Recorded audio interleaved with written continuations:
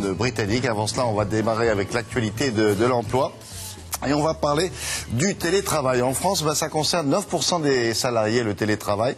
En moyenne, en Europe, c'est 18%. Aux États-Unis, c'est même 30%.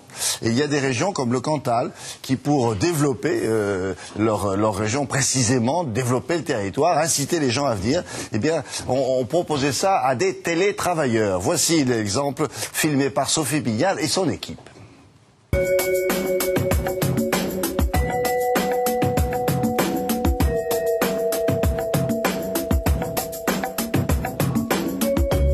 Je suis une télétravailleuse depuis 2004, depuis que je me suis installée dans la région. Avant d'habiter au Pays de Murat, je travaillais dans la communication en tant que salariée dans une agence de communication dans le 17e arrondissement. Nous sommes originaires de la région de Lille, donc comme nous sommes amoureux d'espaces verts, on avait envie de se mettre au vert. Je suis télétravailleuse, j'ai créé mon entreprise AB Secrétariat en 2007. Je propose des prestations de retranscription, de traduction, de rédaction d'articles. Offrir de nouvelles opportunités en termes d'emploi aux habitants de la région, accueillir de nouveaux actifs, c'était l'objectif de la communauté de communes du Pays de Murat où nous nous trouvons lorsqu'en 2007, elle a ouvert son premier télécentre.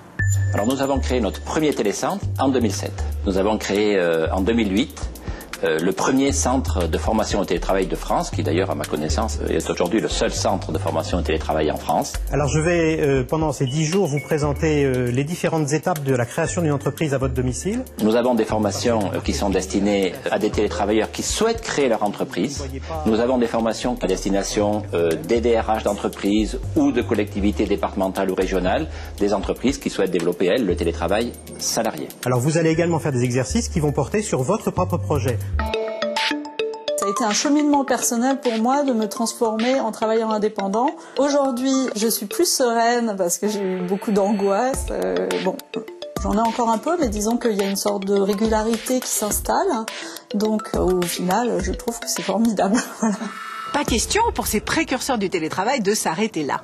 Pour inciter ceux qui souhaiteraient vivre dans la région à s'y installer, ils proposent désormais une solution d'hébergement temporaire gratuite, ainsi qu'un accompagnement personnalisé pour ceux qui veulent vivre dans le Cantal.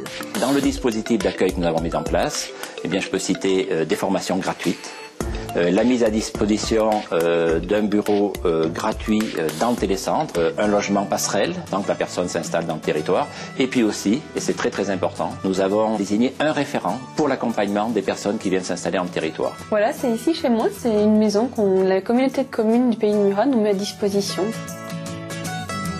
Je pense qu'aujourd'hui, nous faisons figure un peu de laboratoire d'expérimentation, d'innovation sur ces sujets qui sont nouveaux. Sachez que la France a du retard dans ce domaine. On peut considérer qu'en France, il y a environ 5 à 6% de télétravailleurs, contre 10, 15, voire 18, 20% dans d'autres pays. Il me semble qu'aujourd'hui, les choses sont bien parties pour que ce retard soit rattrapé. En ces temps où l'on parle beaucoup de télétravail, vous pouvez vous rendre compte de la réalité de ce mode d'organisation en vous rendant dans le Cantal. Sinon, vous avez également à votre disposition ce site internet.